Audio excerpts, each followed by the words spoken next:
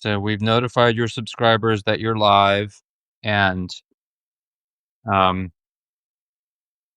we should be we should be good with that. So we'll see. I will see on the screen, and you probably will as well if people start showing up, and then we can do a sound check and all that stuff as well. So you're looking. So we do have some people showing up. Great, great. Nice. Welcome, welcome. So you're looking very like I'm trying to figure out this room. It looks Mexican to me. It's definitely in Mexico. Definitely in Mexico. Yeah. Yeah. Well, this is your old stomping ground. This is San Miguel, Allende. Yeah, yeah. San Miguel's great. It's really, Yeah. really great. I mean, it's beautiful and historic and, very artsy. We liked the cafes. It had good food. It was good, to be there with a youngin. Yeah. Yeah. There was a I think a Waldorf school at the time, and is that still there? They've got three now. Three, my goodness gracious. It's amazing. That's impressive. So you've kind of set up shop there at least for now. Yeah, at least for now. We'll be here for a little while, I think. Yeah, that's cool. Lee and I have gone through reminiscing over over San Miguel, as we get little snippets of your life, and you published something on your Facebook page, and with your kid, and there was like a flower for the face, and like that was pretty cool, but it just totally took us back. We're like, yeah, we remember that. I know our son had his first and third birthdays in Mexico. Wow, cool, cool. Yeah, I mean, it's a great place for kids. If you've got kids, you can, yeah, do all sorts of stuff with them. I'm glad you're finding it that way. And how is your better half? She's good, man. She's good. She's working. She's loving life. We've both found SMA to be really good, like a big upgrade from where we were living before. Just in a lot of ways. Not to mention the food, which you did mention, which I'm very much enjoying. That's great. That's wonderful. Yeah, I mean, probably some of the stuff that was there isn't even there anymore. There was like Hecho in Mexico. Is that still there? A little restaurant down Hecho in Mexico was this great little just all purpose kind of foodie place at the time. Yeah, yeah. I think it's still there. I just don't think we've actually used it a whole lot. Yeah, because you could get, a lot of it was just good. It wasn't like great, but it was just good at the time. Yeah, I would try that. I don't know. We also went to a place called was it the Neptune or Poseidon? It was a Greek name. It was this really, really good high-end foodie restaurant where you could get like deer, like venison and all these other things. It was very, very tasty. Nice. That sounds good. I haven't heard of that one. Yeah, who knows if anything is still there Yeah. in so long. So people are kind of filing in. Welcome, April. I see Sabina and April and Phil. Welcome. Thanks for showing up, folks. Dan. That's great. I like that we can see people. Um, let's see. It's about three after. We're going to give it a couple more minutes just to let people get in the door. Maybe if you're listening to this and we sound okay, let's do a little sound check. So if you can hear Saul, that's me, okay, then please let me know. Mic check, mic check. I don't know about other people, but I mean, for me on my end, you're sometimes a little bit quiet. Really? Let me make sure I've got my volume up. Yeah. Sound is great. Okay. I can I can verify one more thing very quickly. Hold on.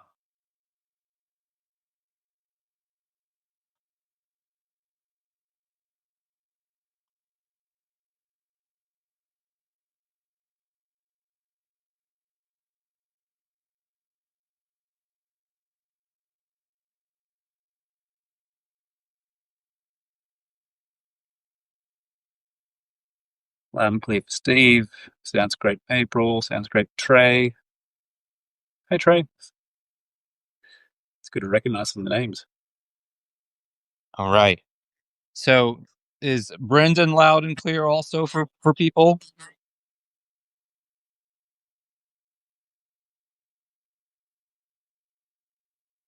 The other question is his image had frozen up a little bit earlier, so wanted to make sure that he's no longer static.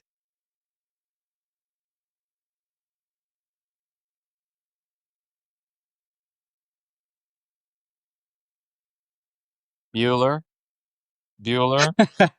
I've got it on. I've got the feed on my my computer here, and it's not frozen. Okay, good, good. Hey, that's actually a really good idea. I could do the same thing, couldn't I? Um, how brilliant. Yes. That's just absolutely brilliant. Very, very, very nice. Okay, well, I'm going to get us going here. It's 5 after, and I will share a little intro here. This is Saul Luckman, and welcome to Conversations on Saul Luckman Uncensored in its new home at saulluckman.substack.com. Please take off your sandals and enjoy this candid conversation between conscious creators about creativity, culture, and the cosmos. If you have questions for today's speakers, please put them in all caps in the chat. Otherwise, be sure to write in mostly lowercase so I can tell the difference and ignore you. Just kidding. Today, it's my pleasure and honor to converse with my longtime friend and colleague, Brendan D. Murphy of truthiverse.com and officialbrendanmurphy.substack.com. Brendan's amazing first book, The Grand Illusion, was really extraordinary. I described it as a paradigm destroying book for rearguard scientific funda materialists. It truly is.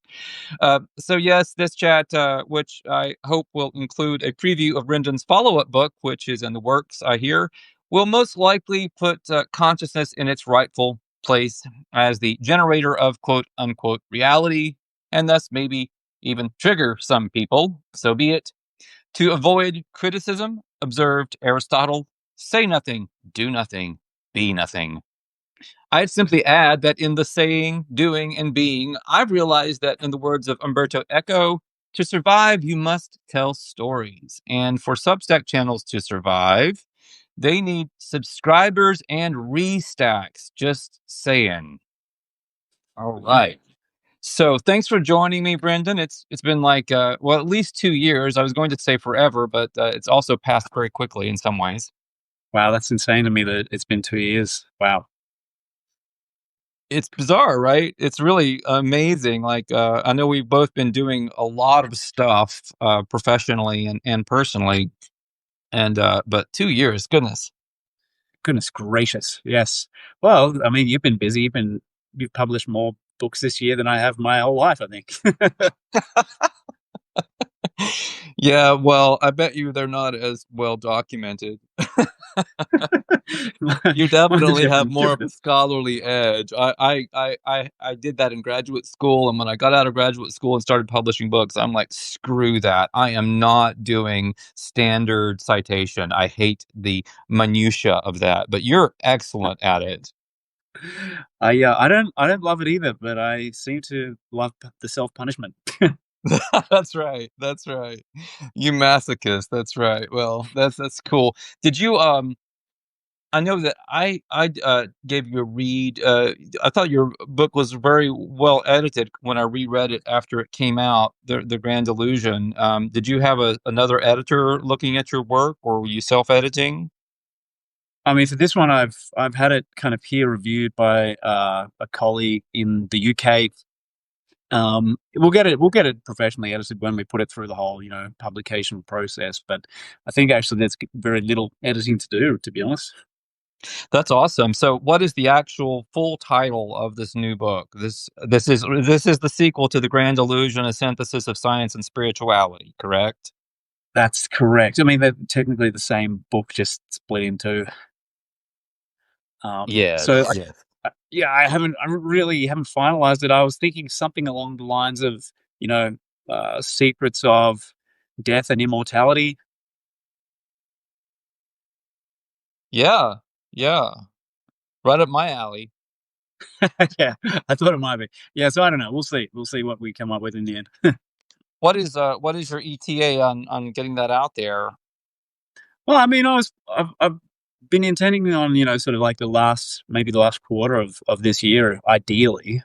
Um, but I'm not that attached to it. Like, if it's early next year, then so be it. Now I know the first volume, if you want to look at it that way, was biblical in size, to say nothing of scope, of course. But how big is the second one in terms of page length? It's at this moment, I'm yet to do one more cull. I'm gonna go through it again, but it's a little longer actually.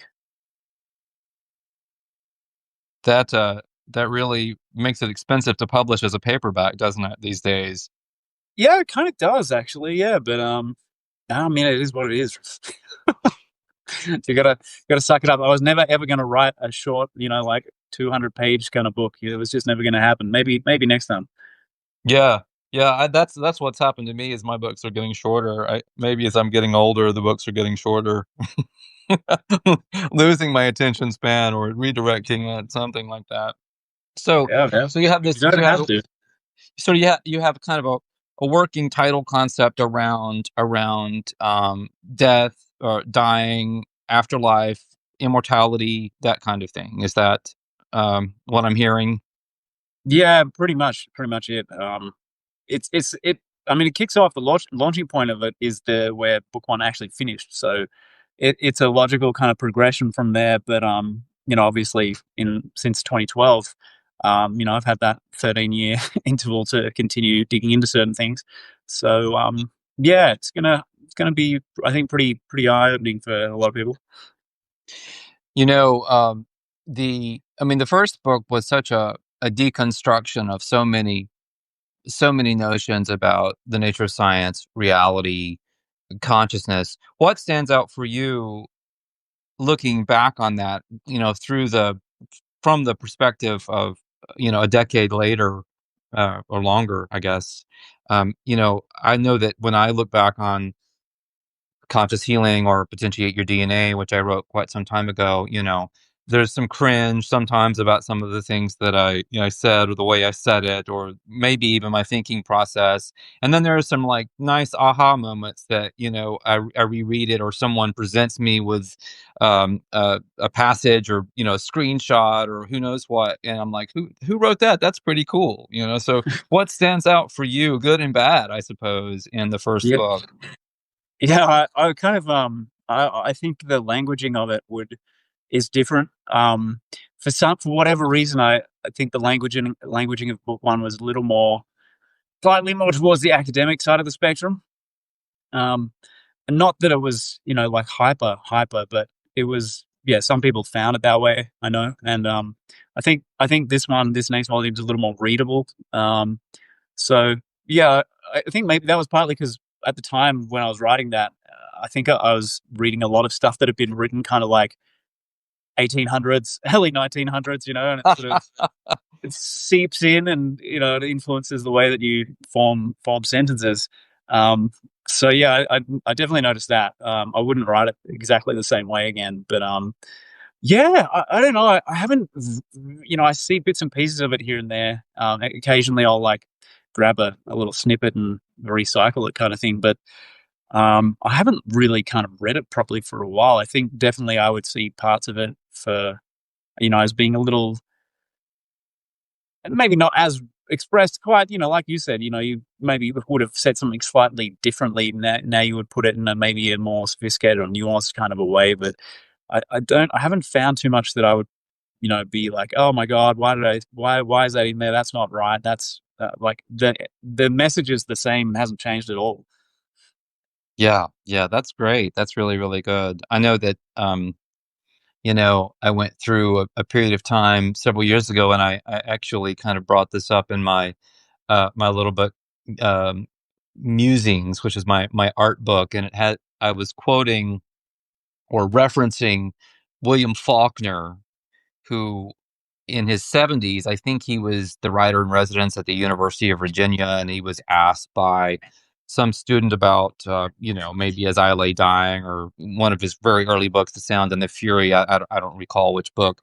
And he basically said that he didn't remember that, and it wasn't really a dementia thing, it was more like he was someone so different that he no longer understood his own early fiction, Yeah. so removed from him. It was really, really intense, and sometimes I feel that way about about my early work. It's like, that's really interesting. Who wrote that? That's very curious. Who is that alien creature writing those words, And now I'm off, probably people think I'm even more alien these days than I was when I released those books. It's very, very, very strange. But to me, that's become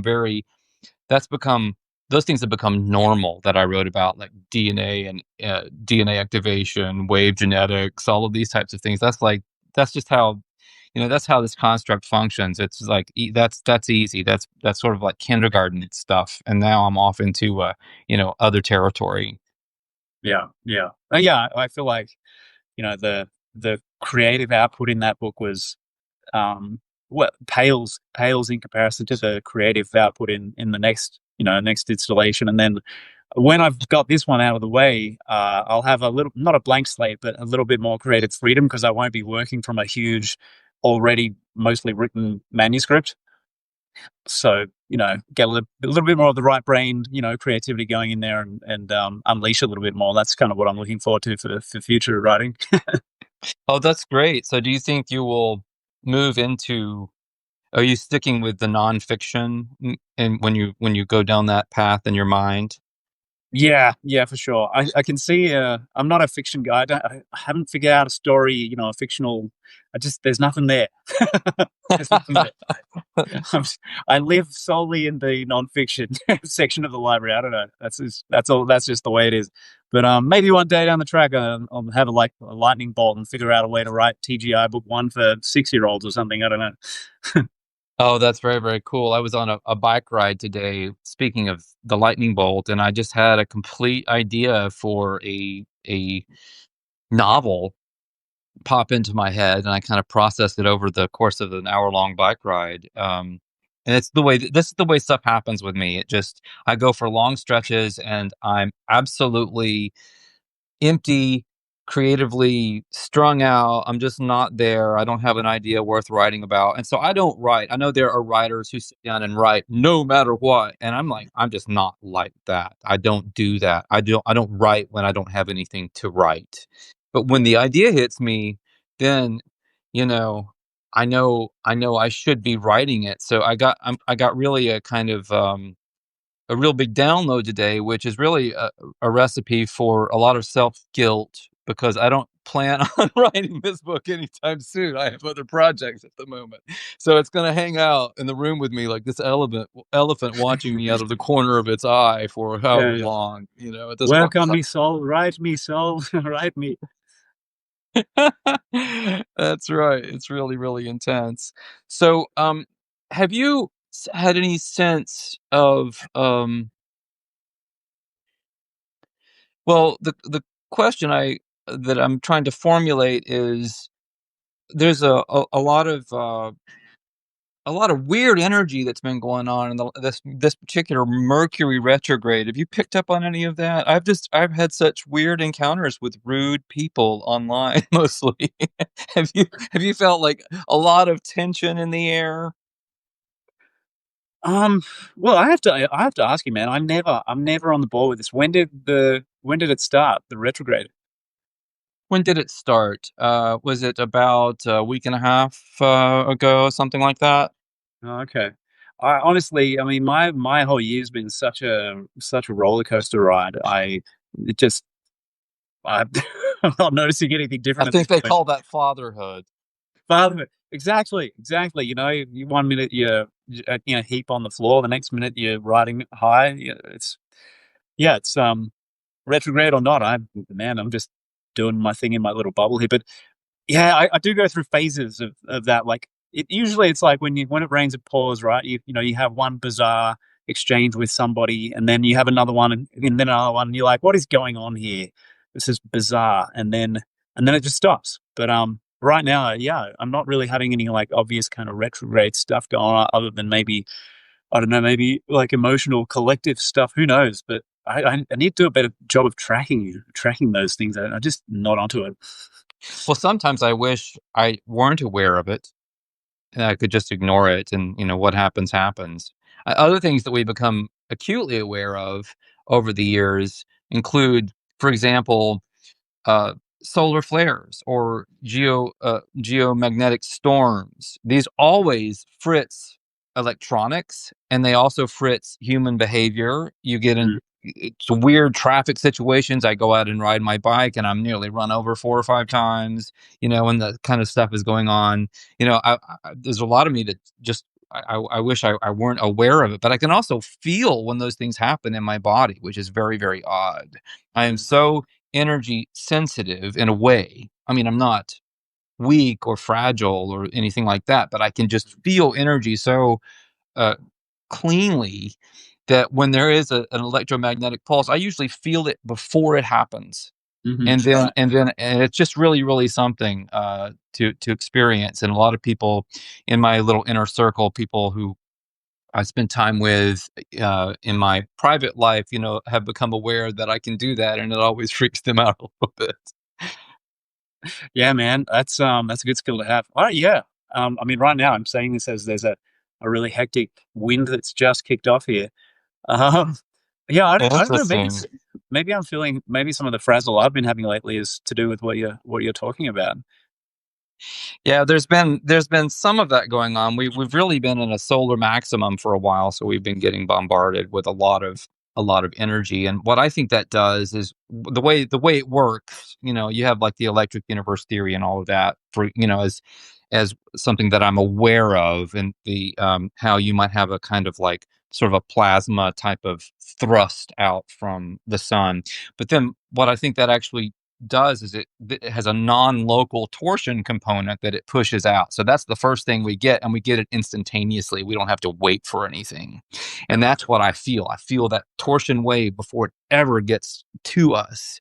And then the other one hits, and I can feel that, but it's a little bit different. So it's like I'm actually distinguishing in some ways between hyperdimensional and dimensional energies. Yeah, yeah, yeah. It's almost like you get the time reversed kind of torsion thing, and then the normal EM spectrum kind of follows after that. Yeah, yeah, yeah, definitely. And it's very much in keeping with the model, but I wasn't thinking about the model when I was experiencing these things. It was just like, oh, that's weird. Oh, that's weird. You could just your moods might get altered, or you might have more energy, or you might detox a little bit just randomly, like what the heck is going on with that? And then you read about this solar flare that just happened like a day later or something like that. And it's just very, very strange. And Lee can do that also, and we've compared notes on this, and very often we're both exactly on the same page, even if we're not reading the news or looking at any solar weather websites or anything like that. Yeah, that's interesting. I feel like I'm more of a bubble in my own little Brindy bubble most of the time. With like, Randy Bubble, I like that. it's a yeah. I think I have like a more of a filtered, selective sensitivity rather than being like open, just like open slather, constantly picking stuff up. I'm more like it only registers what it wants to register. Well, that's actually a gift. That is definitely a gift. I know we are different energy families, like electromagnetic groups. So that Yeah, I don't know if that has anything to do with anything. yeah. I mean, also I was going to ask you, because what were you? Were you one or two? I forget. One, One. Okay, yeah, yeah, yeah. And I was three. Um, yes. which you know more about that side of it than I do. I sort of haven't focused on it a lot. Right. It's just one little piece of the work. For those of you out there who don't know what the world we're talking about, we're talking about an aspect of regenetics method. Brendan is a facilitator of this work that Lee and I developed. It's a form of sound healing that is designed to use a kind of wave genetics approach to activating your genetic potential for self healing, and it kind of resets your energy structure and does some very interesting things in terms of kundalini energy, consciousness, empowerment, all kinds of good good things can come from regenetics. I've written a couple books about it. Conscious healing is one. Potentiate your DNA is another.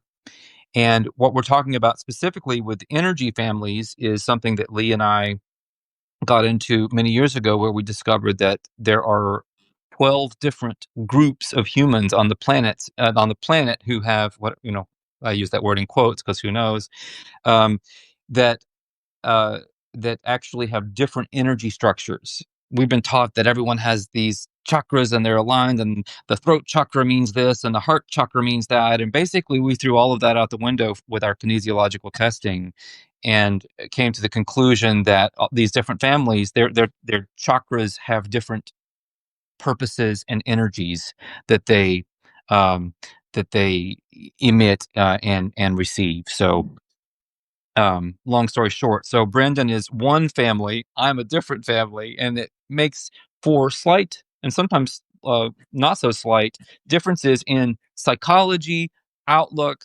personality. It's very fascinating. I can meet somebody now, having done this work for so long, who's, let's say, an energy family one, and I just know immediately that they're energy family one. You can just feel it.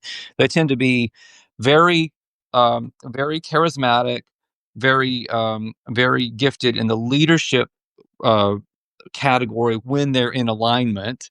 Otherwise, they can be kind of prima donnas and spoiled brats, and that certainly all of that applies to me over the course of my life at one time or another. Group threes, which is what Brendan is, tend to be a little quieter, a little softer around the edges, and they also tend to be, which can change as they step into their power, meaning they can then set their boundaries and do all of those things that need to be done. But in the beginning, for some threes, they can really be like a fish out of water, and they're also like nature people. Like if I were to characterize threes in terms of Tolkien's races in Middle Earth, threes are elves, twos are dwarves, and ones are humans. Yeah. And hobbits, wouldn't be necessarily in this equation, but we could talk theoretically about that. I thought you were going to say three is hobbits, and I was like, ah. Uh, no. So, and actually, when I say one, two, and three, that actually accounts for six of the 12 groups, because there are just very slight differences between sort of like a 1A and a 1B, a 2A and a 2B, a 3A and a 3B.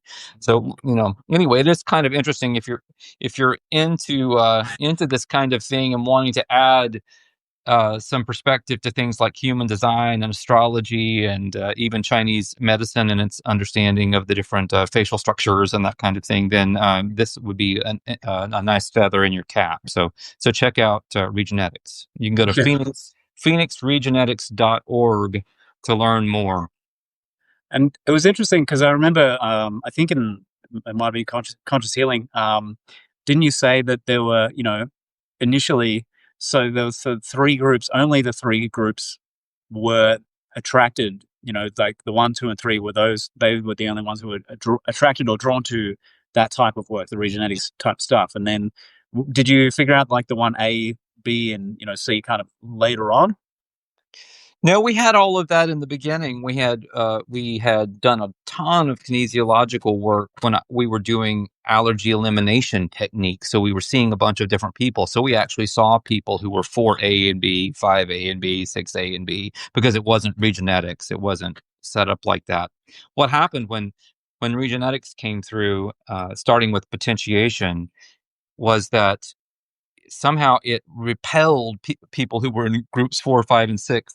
They wouldn't do it. Even if we met people who were in those groups that we could identify, they didn't want to have anything to do with this work. And so it was really all about groups 1, 2, and 3 wanting to do the work. And as I learned more about certain subjects having to do with soul groups and families and that kind of thing, what I basically figured out, and Lee helped me with this, was that you have people who are evolving in two different ways. And so you have a kind of left hand path and a right hand path. I hate those terms, but for lack of a better way of expressing it, you essentially have a service to self So, group and you Yep. have a service to others group, and it has to do with this thing called the fragmentary body. Hi, Alec. Good to see you. G'day, brother. Um, it has to do with the fragmentary body, and would you? I would continue this conversation, but I don't want to monologue, Brendan. What is your understanding of the fragmentary body? And I can get back to the service to self and service to others maybe after we've let people in on what do we mean by the fragmentary body. Yeah, because I want to hear that as it played out to the people who didn't want anything to do with the work. But yeah, so the fragmentary body was, funnily enough, not coincidentally, a concept that I found through Soul's work. And so this was a distortion, an energy distortion, down in the region of the sacral chakra area, um, which was basically interfering with the correct or optimal flow of bioenergy through the biofield, right? And stop me if I'm off base with any of this. Um, so what was interesting to me was, I got your you found that through your all the muscle testing and stuff that you guys were doing, you and Lee, and then as I started working with the modality and talking about it, I started to encounter people, including Eileen, our mutual friend of Alex as well, Eileen McKusick, who was talking about this. She called it something like a disc that was in that region, um, approximately in that region, that was blocking the flow of energy through the rest of the system. So what you guys have both mutually described was, you were basically talking about the same thing. And then I had other people talk about it, like Reiki masters who were like, every single person I get on this massage table has this problem in the area that you're talking about. But they'd never heard it, reframed like that or explained in that quite that way. So, yeah, what would you add to that aside from being a consciousness drain and a vitality drain, as correlated with that other vortex up above the head that's not supposed to be there? Yeah, right. So the idea is that you did a great job. I mean, let's see, what would I add to that? Well, the idea is that it's a kind of implant. Like we are designed to have a different structure, but we have a kind of implanted energy area, which is actually a kind of vulnerability or a hole in our energetic anatomy that allows for energy to be taken from us. And this is kind of where most loosh would come from, the idea of kind of harvestable human energy that's created through trauma and that sort of thing, that, on the world stage or in our personal lives. There's there This was designed to allow for that harvest to occur.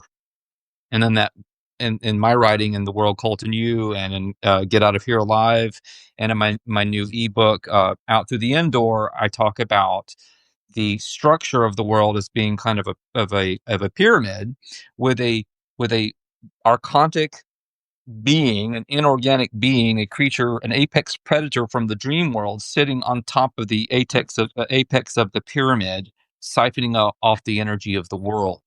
And it uses our attention on negative and traumatic events to seesaw our emotions and to let that loosh out of our fragmentary bodies, and then it basically is passed up the food chain all the way to that apex predator. So in the model that I sketch out more and more over the course of these books that I just enumerated, the the uh, the dragon, which is what I call this being in Get Out of Here Alive, the dragon actually, in essence, uh, was part of the creation of this fragmentary body, if you will, the distortion of our initial blueprint, because it gave us its mind as an operating system, and when it did that, it pushed down our unconscious mind, the vast reservoir of our unconsciousness that we experienced in the dream time. This is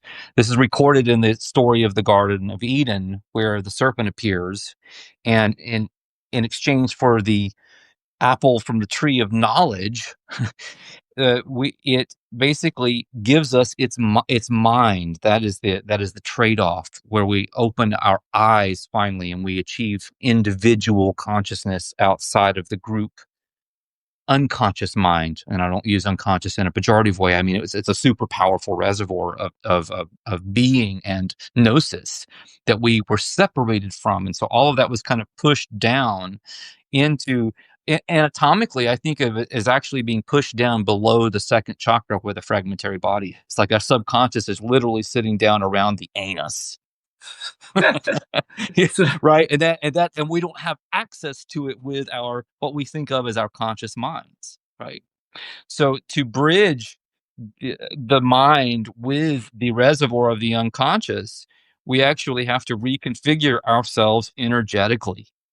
And this is what Kundalini, yoga, and other things are all really attempting to do, is to create an energy conduit so that the energy of the unconscious, that is the power that creates realities, can flow up through our higher energy centers into our thinking apparatus, which is the brain, or at least the processor for being able to do what we call think.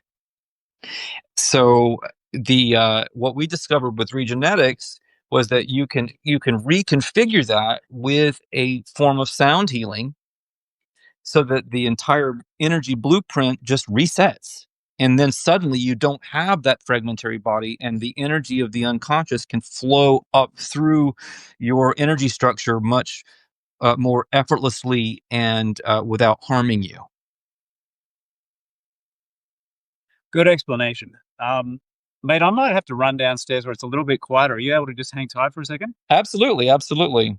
Okay, it's just started hailing and raining, and I can barely hear you. Okay, yeah, yeah, good. I'll be right back. Yeah, no worries. So I wanted to, hey, Jacqueline. We've got some wonderful people in the chat. I'm really thankful to have everybody here. The Let's see, Brendan was really generous in writing a review of my latest book, Get Out of Here Alive. That's on the front page of my Substack right now, saulluckman.substack.com.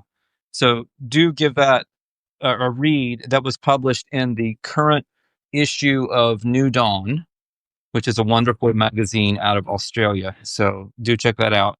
I titled it from his quote, "A rollicking ride through history, biography, shamanic insight, self-empowerment, spiritual sovereignty, and more." So I love the subtitle, which is "How to Become Eminently Unfuckwithable." New word, neologism. All right, so Brendan is working on getting this set up again. If you have questions that you would like us to get to at the, I guess, what, the bottom of the hour, top of the hour, I always confuse those, then please write them in all caps. And I want to remind everybody that Brendan is reachable through a couple of different websites. Please check him out at truthiverse.com. And then his Substack is officialbrendanmurphy.substack.com. And I want to encourage everybody to read his book, The Grand Illusion, which is really a masterpiece of consciousness research. It's really fascinating and compelling. And he's coming out with the second volume of that in the next few months, and it will be basically The Grand Illusion Volume 2, with a subtitle that he said would have something to do with death and immortality, which is kind of my wavelength. My new book, Get Out of Here Alive, that he reviewed, is subtitled Inner Alchemy and Immortality. So we're both really on a very similar wavelength. And actually, it's funny because Brendan and I have always been on a similar wavelength. We've always been writing different parts of what feels like the same really big book. So that's kind of interesting. And I'd we're getting agree with some, that. I would agree with yeah, that. Bear with me. No, I'm nearly back. yeah. We're getting a little tour. I like this tour of a San Miguel pad. There you go. Wasn't my plan, but there it is. So is that better in terms of the volume?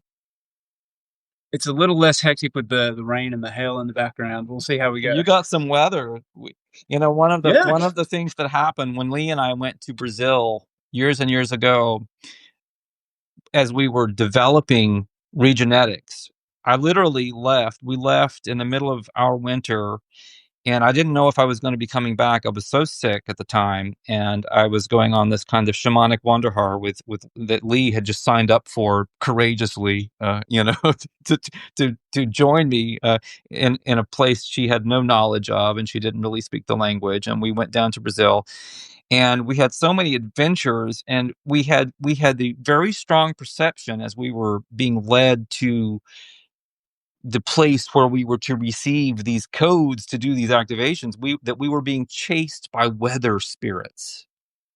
And now, literally, we gotten crazy floods. We were in a place called Ilhéus, and we went into a steakhouse, and then, an hour later came out, and we walked through 4 feet of water back home. It was just coming down the street, and so many absolutely crazy weather things happened. And we really felt like we were being kind of chased and steered.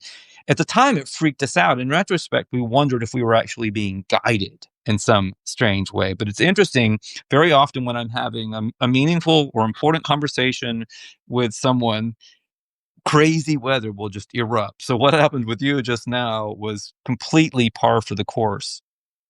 Yeah, that happens to me too, actually, and particularly with the topic that you had just broached when the weather went bad.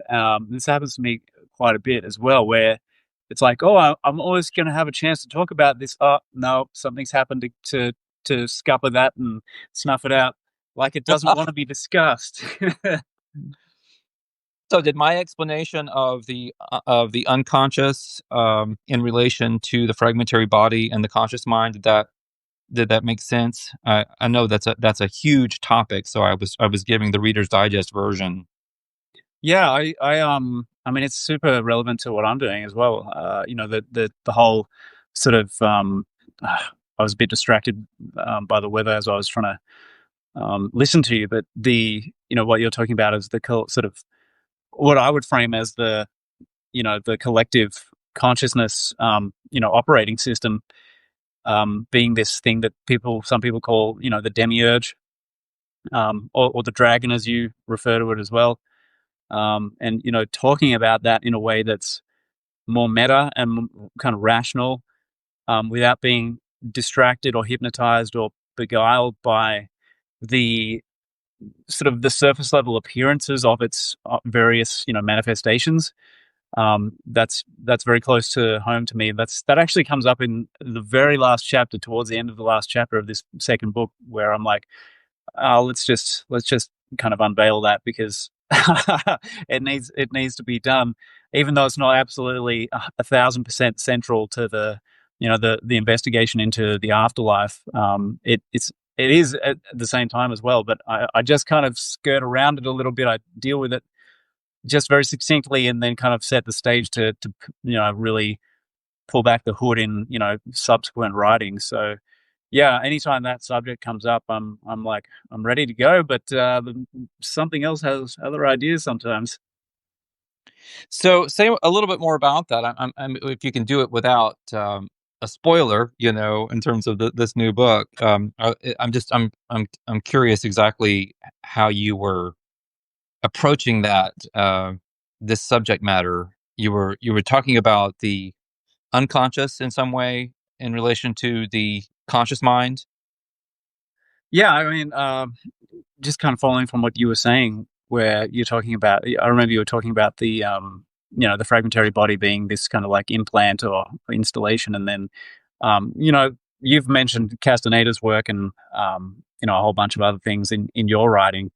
Castaneda talks about the predator that sort of came from the depths, and gave us its mind. And, this has become part of the kind of like popular, like almost new age kind of mythology or folklore. Um, and it's taken on all sorts of different kind of spins, and been worked into other people's belief systems and dogmas and things like that. But to me, the seemingly foreign entity, or the predator entity, is really actually the collective human imaginal operating system. Like us collectively in the imaginal realm is this field based entity that we give all these different names to. And you actually wrote a list of like probably a couple of dozen or more names in Get Out of Here Alive, I remember. And I was like, yeah, he's talking about what I've just kind of outlined there.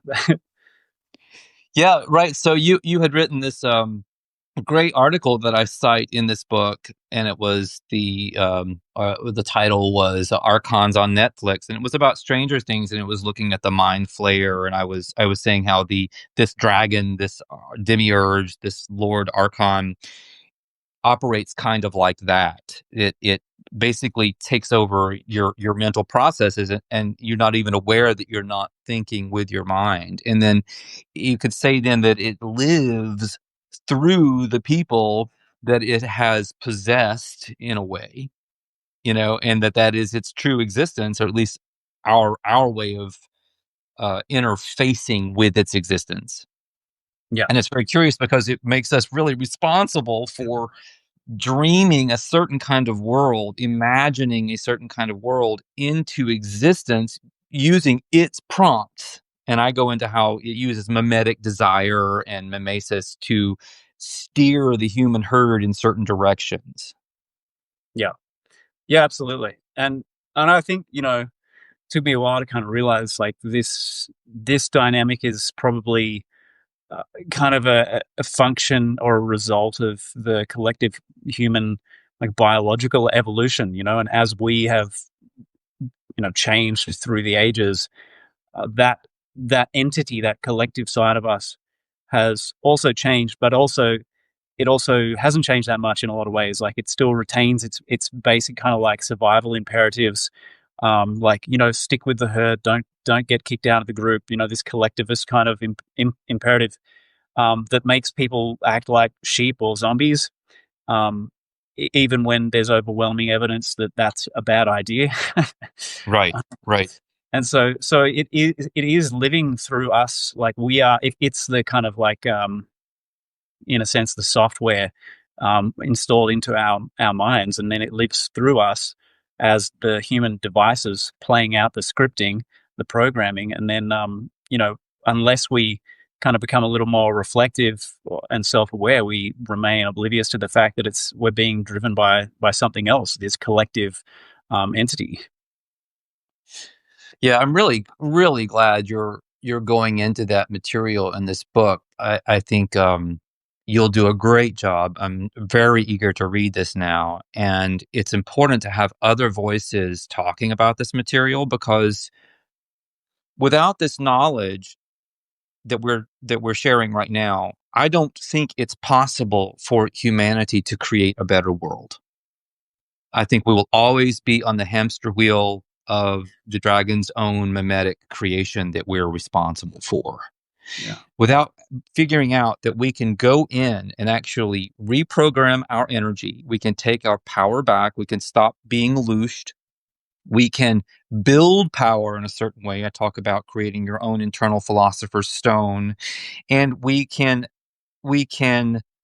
remove the tentacles as of the mind flayer in essence that have come up through our fragmentary body into the very seat of our power and are looshing us like a parasite, like a mental parasite. I mean, if you think about John Lamb Lash's work on the archons, how they are described as mental parasites. You have the notion of Wetiko, same thing, a mind virus that somehow, and although virus is a kind of funny way of describing it after the last few years and the things that we've learned, but in any case, as an analogy, it works. Some kind of thing feeding on us inside of ourselves, and people don't realize that if those conditions persist, your actions will be hijacked and will be put to negative uses and uses that you did not intend. So until you can take your power back and shut down your vulnerability to being loosed and controlled, it doesn't matter what you do in the world.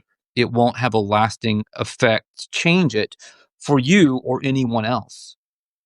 And having said that, and I'll get off my soapbox in 1 second, you might only be able to change your own world by doing this.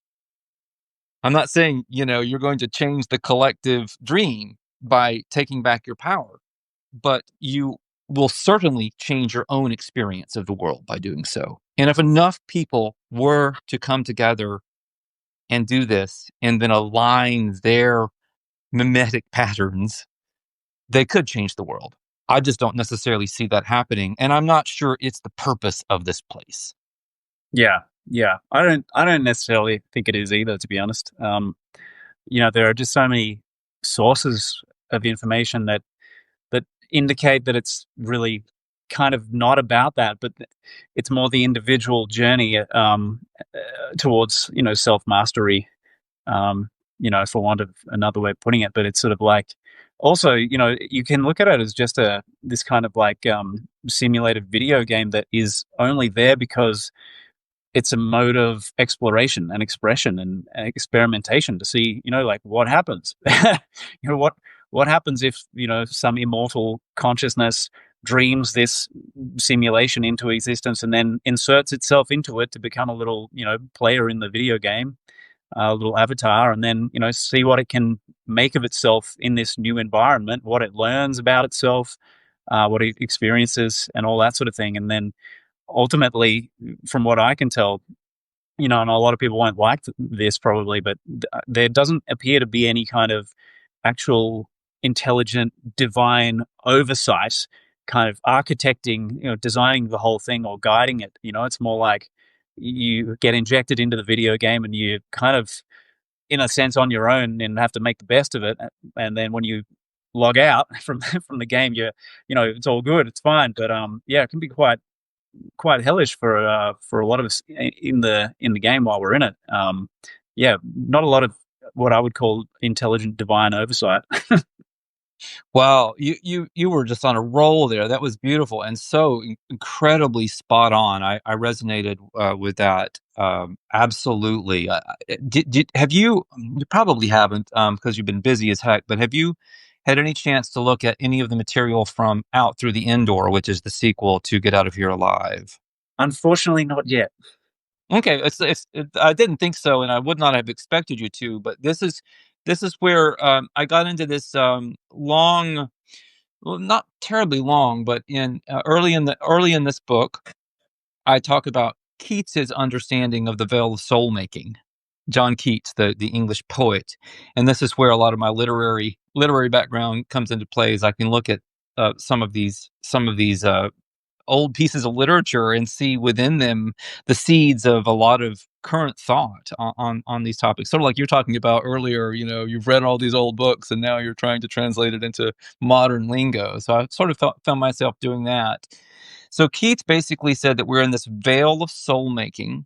He said soul as distinguished from an intelligence. There may be intelligences or sparks of the divinity in millions, but they are not souls till they acquire identities, till each one is personally itself. So, what he's describing is that we are in a kind of matrix or simulation, a dreamscape, an alchemical crucible of becoming, where our first task is to individuate.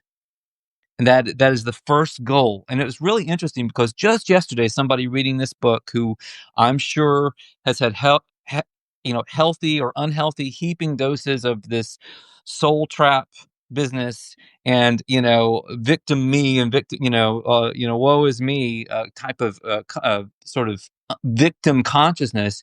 They really came after me for proposing the classroom model, which is what Keats is also proposing, that this is an evil matrix. And I basically said, well, okay, the word evil itself is so problematic. The concept of evil is very duality riddled, and we can't use that. That is the dragons. That's not a concept that serves us in any way, because it's basically designed to disempower us and create a divide and conquer scenario. So here we are trying to individuate, and that's the first thing we're doing. And that's really kind of the hero's journey, where we go out into our little selfish life and grow up. And as we grow up, we bring back the fruits of our wisdom to share it with family, friends, and the community. That's sort of the hero's journey.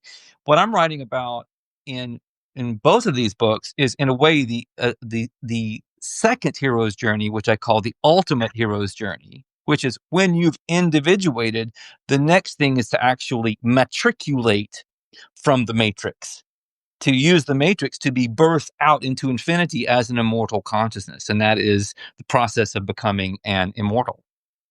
Yeah. So Yeah. you can't do the second thing unless you've done the first thing. Right. So in Get Out of Here Alive, I start out, the first half of the book is really about growing up and how to navigate this crazy digital culture with your sanity intact, and how to move forward on your hero's journey of individuation. And then we can talk turkey and talk about the ultimate hero's journey. Yeah. Yeah. Jacqueline, that's on my to-do list for tomorrow. That's good. That was just one of the comments. So Yeah. does that any of that resonate with where you're going in your new books? Yeah, absolutely, hugely.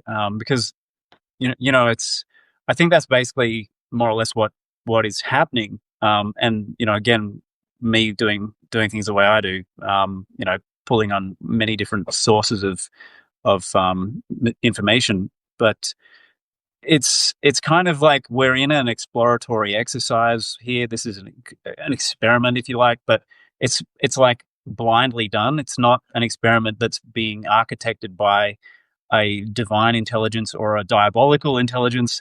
It's just we, as if you want to call it, for want of a better term, source consciousness, injecting ourselves into this dreamscape to then see. It's like, well, let's see what happens. And it doesn't always work out so well. But like you said, the individuation is then followed by this matriculation, this maturation into a much bigger paradigm or outlook that is much more sort of transpersonal. You could say multidimensional, infinite, whatever. Moving in the direction of conscious infinitehood, if you like. I like that. I like that. So there's if you look at the work of for example, Robert Monroe and Bruce Moen, who knew each other and were sort of colleagues, I guess, in a manner of speaking. What they describe is this sort of monadic consciousness, this monad, which is essentially a group consciousness of many thousands of individual souls, but very intimately united in what you could call a non-local paradigm. This is as close to source consciousness as you can get, while still having like a concept of, other souls, united in bliss. And then what they've outlined is kind of like okay, so this monad sends out all these sparks or rays of itself into the simulation to exist as independent individual personalities for a little while, and then they get, the idea is at least, that we then as individuals, when we leave the sim, when we log out from our user session, we go back to the monad, which is the source, so to speak. So that then, as a process that gets repeated, hundreds and then even thousands of times, where this happens, and this one monad is accumulating all of this experience and knowledge, it then has the option, when it is at some point satisfied with its gathered experience, has the option of what they called, what Monroe referred to as winking out, which is leaving this reality system altogether and having the option of going into a completely like a void state, undifferentiated, and then creating its own, architecting its own simulation for its own purposes. So someone matriculating would become that being. Yeah. Yeah. Because I describe that as dreaming gods injecting themselves into the dreamscape, individuating, matriculating, and becoming dreaming gods. Yeah. Yeah. And that's, And so their children, their prized children, they're the ones of whom they are most proud, are the ones who actually end up becoming independent from them. Right. Yeah. Yeah. Yeah. And the term they used was graduates. They were called graduates, or it's graduation. So it ties in with your terminology. That's awesome. Yeah, Jacqueline Rendell just said fractals. Yeah, absolutely. We're definitely in a fractalized situation, and I love that. I love, I've seen bits and pieces of the model that you're talking about, but the way you articulated it and put all of those pieces together was awesome. And again, I'm I'm really chomping at the bit to check out this book. So, maybe I'll get a sneak peek. Well, I'd love Hint, to send you an hint, ARC. hint. I'm on it, man. I'm on it. I'd be happy to read that and give you a pre-pub quote if that would be useful. Yeah, for sure. I'd love to have you read it as an advance copy for sure, reviewer. Um, yeah, so I mean, all this stuff is absolutely kind of very very central to that work, and I dig. I also in that final chapter, I take apart the soul trap. I give it a really in depth analysis. The soul trap meme, and the archons. That side of it, archons, trap handlers, all this stuff, and I pull it apart in a way that I think people will find very compelling. Oh, I love it. I love it.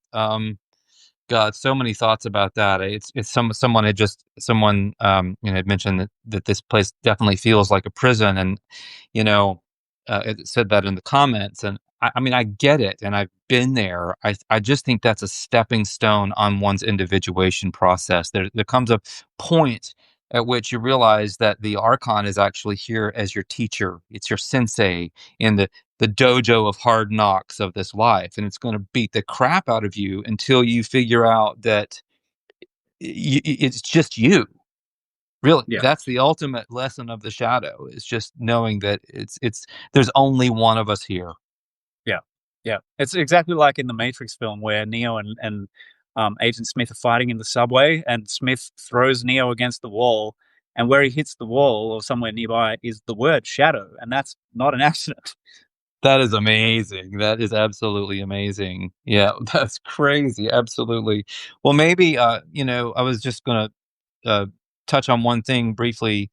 If I do a review, maybe we can talk with New Dawn and see if they want to publish my review of your book as a review. So if you have any correspondence with those guys, feel free to propose that, and I'll do the same.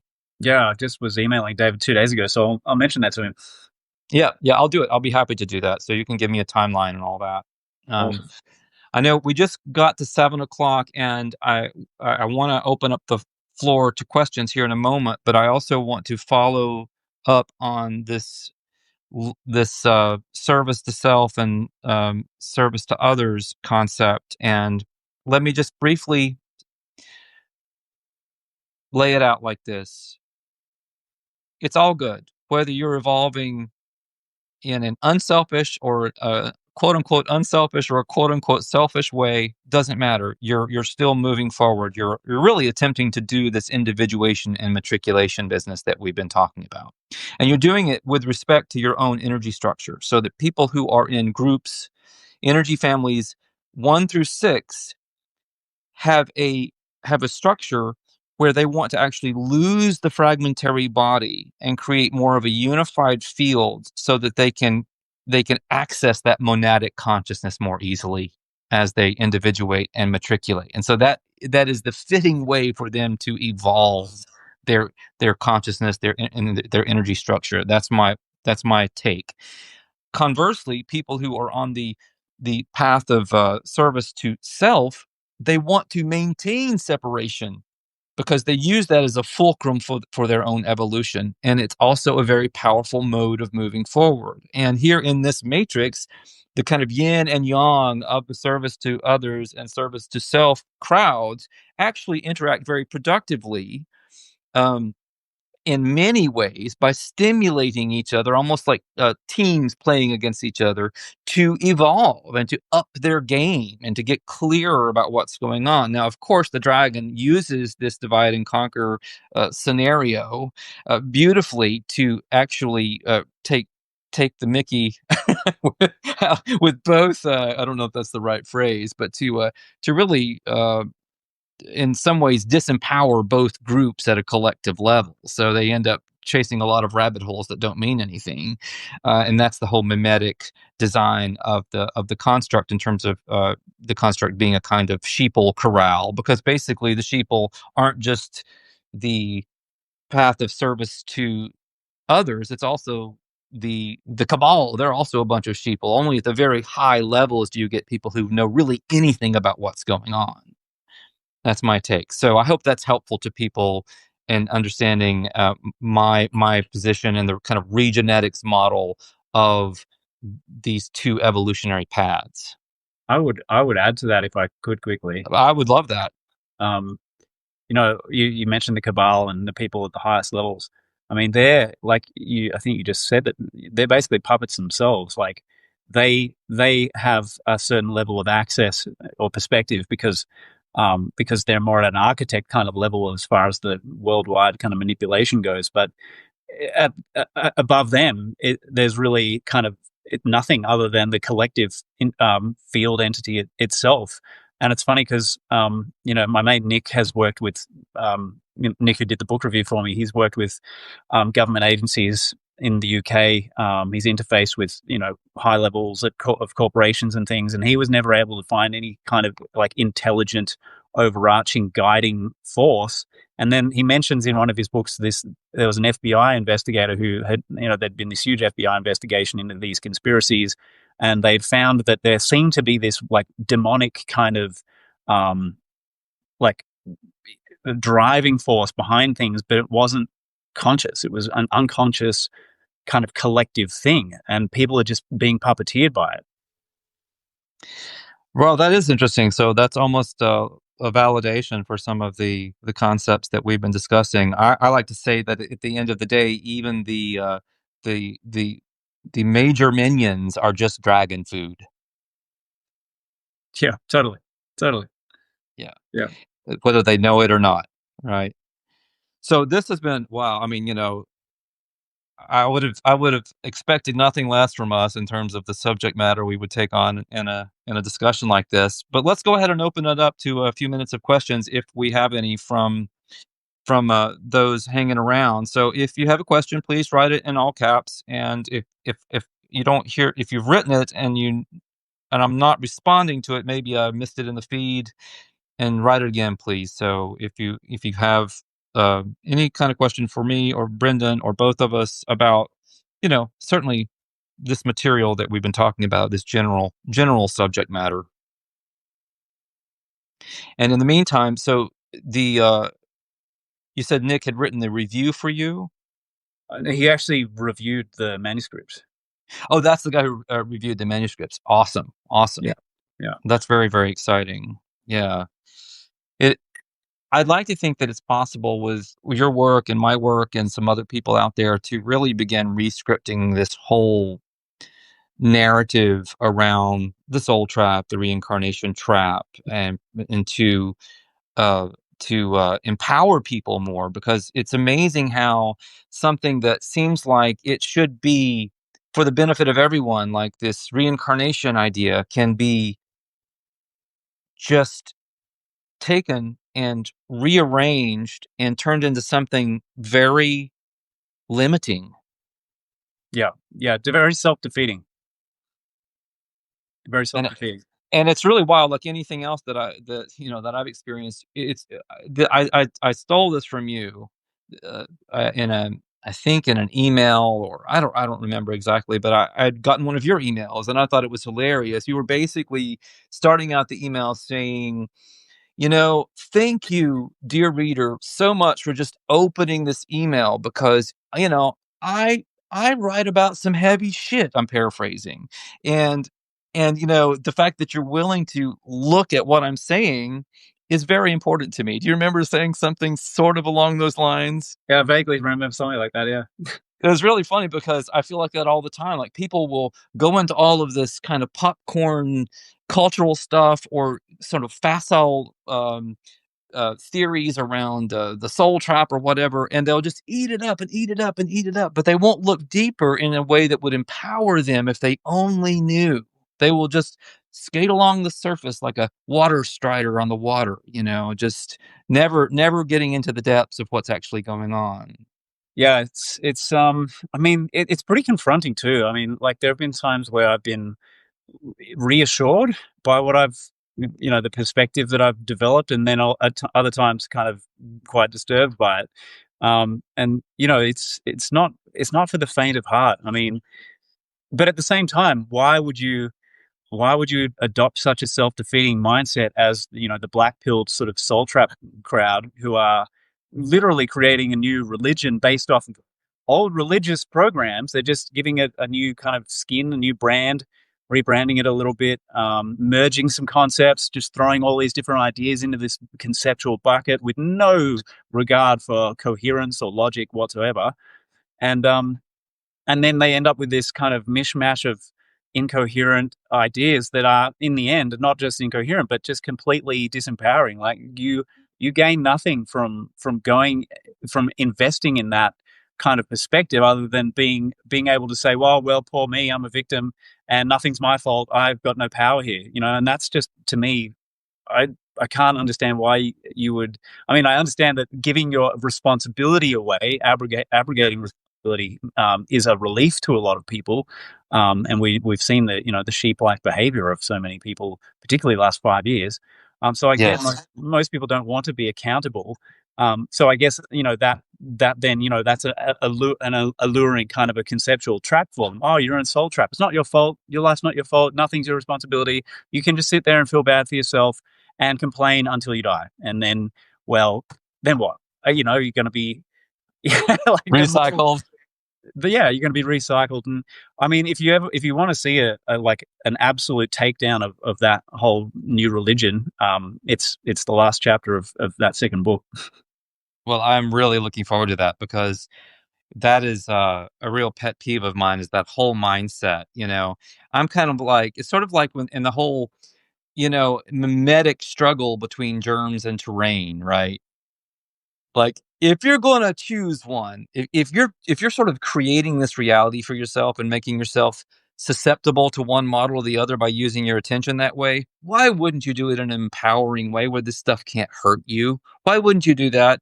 It's like Aragorn at the end of the Lord of the Rings when they think that Frodo maybe has been taken and by the Dark Lord, and he says, "I don't believe it. I won't believe it."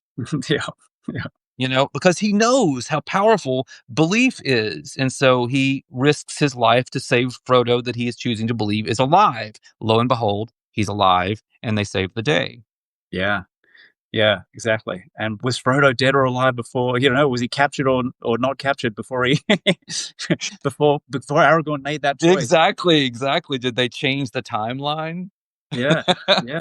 So Trey asks, where do you think our thoughts and consciousness lie? In our energy field? Um, I'm going to give you that question because you really have written a lot about that. Well, okay. I welcome your thoughts on it too. Where do our thoughts lie? Yeah, he and then the other question was thoughts and consciousness, and then in our energy field? Question mark. Oh, okay. I mean, that was the concept that I was developing in book one. If we can say that they exist anywhere, in a localized format, it's the biofield. I called it the mind field. So you have these different layers or nestings of mind within mind, which we've all seen, laid out in the old like theosophical textbooks and stuff like this. The etheric body and the astral body, and then the mental body and the causal body, and all that, all the way up to the monadic. And it's funny, in a multiple, I've seen several sources, including I think Bruce Moen and Robert Monroe, say that it's actually the monad that does the thinking for you. That's where your thinking happens. And there's no real, as far as I can see, there's no evidence that thoughts are stored inside the brain, other than you can trigger, like Wilder Penfield did with the electrodes on the brain. You can trigger a memory or sensations by hitting a certain spot on the brain. But if you hit the same spot again later, you don't get the same memories. You get a different memory. So it's like you're tapping into the field. We've got this general concept of the field, and you could say non-locally, like we store this information non-locally as well, but also reflected in the more local paradigm of the biofield. But at the same time, you have to acknowledge the non-local, because we can telepathically influence each other. We can, read each other's minds. We can do all these things that are only explicable if we have a non-local paradigm as well. Oh, well stated. Well stated. Yeah, I feel I really resonate with you. For me, looking at Monroe's concept with the monad, it would seem to me that a lot of our conscious thoughts are actually kind of in the dragon's cloud, you know. And that is that is a part of the morphic field, to use Sheldrake's language, but it's only part of it. There's a larger field that's that's maybe the original design for this world, this matrix, was had a slightly different structure to it, and maybe a way of storing thoughts non-locally so that we could access them like people do when they stumble upon the same invention at the same time, and they never met each other and they're living on different continents. It's just all the crazy data that suggests that we all sort of share the same mind in a lot of ways. So Yeah. I think that you'd have to put in the archon or the dragon into Monroe's equation for it to be strictly accurate in my way of seeing things. Well, I would just make the distinction that, yeah, I mean, you could do that, and that's one way of framing it. And I would put the monadic thing actually completely outside the operating system of the dragon, because the dragon, as I've formulated it, is the collective entity, the collective human field. Whereas the monad is kind of like outside of that operating system, or connected to it, but not actually derived from it. It's more the source for the dragon, if that makes sense. Yes, it is. It does make sense. The way I see that is what we're talking about when we talk about the monad is the reservoir of the unconscious, Yeah. which is basically the dark sea of awareness in shamanic parlance. So it is it is space. It is all that is outside of our little island of the real, the desert of the real here.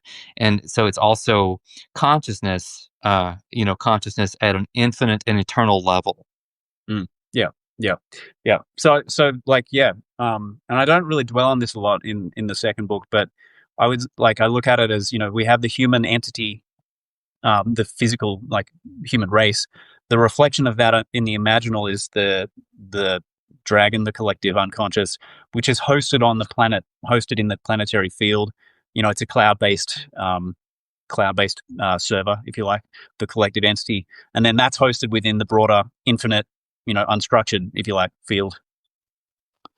Yeah, okay, I like that. I like that. That's really helpful.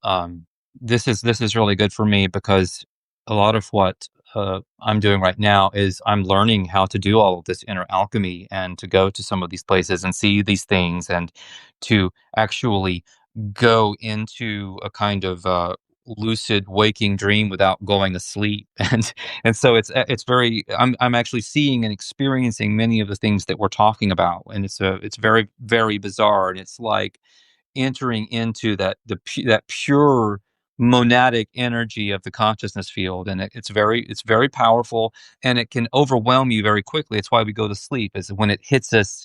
And if you're trying to go there, very often you get hit by the gravity of that force of consciousness and you will just conk out.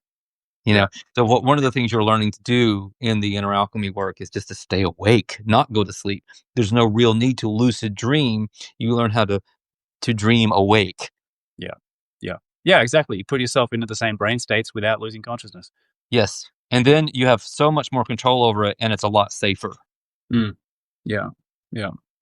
Yeah, well, that sounds Uh, interesting. If you ever have any truly, I don't want to specify potential aspects, but if you ever have any really, really trippy or like confronting experiences, feel free to let me know. you mean with entities or creatures in the greater dreamscape? Yeah, something along those lines. Yeah, I had one a little bit recently, and I don't know if it was confronting exactly, but it was a series of events where my mother, who passed years ago, was in the dream, and then somehow she transformed into a being that looked kind of like some kind of sea urchin or something like that. And I realized that this was not a friendly being. It's very, very strange. And I got out of there. That my my mode was that discretion was the better part of valor in that instance. I wasn't sure what I was dealing with, and I'm learning all of this, so I hit the road. Yeah, yeah, fair call. Yeah, that's right. I didn't see any other. I saw some nice comments, but no other questions. We've gone for just over an hour and 15 minutes at this point in time. I thought that I would give you the floor to let people know exactly where they can find you and what they can do to support and interact with your work. Cool. All right. I mean, I'm on Substack like you are. Mine's called Awakening Minds. If you search my name, you'll find it as well. So yeah, if people wanted to read the first book, that's available on my website, brendandmurphy.com/TGI, if you want to go straight to the book page. And yeah, the second one's on the way. If anyone wants to get on the, like, I've got a wait list for the second one, so that whoever's on it can be like notified as soon as it's actually ready. So feel free to just like, I don't know the link off by heart. It's not straightforward, but people can reach out to me and make a request or what have you. So yeah, I guess that's the better part of yeah, what I would mention to people. Are you assembling an advanced reader copy team? Are do you need early reviewers if people were interested in helping you get that first wave of feedback? I'm definitely interested in doing that type of thing. Yeah, I haven't organized it as such, but you're on the list. All right, all right. So, and other people could, in theory, reach out to you, and you could have a dialogue with them if that were appropriate.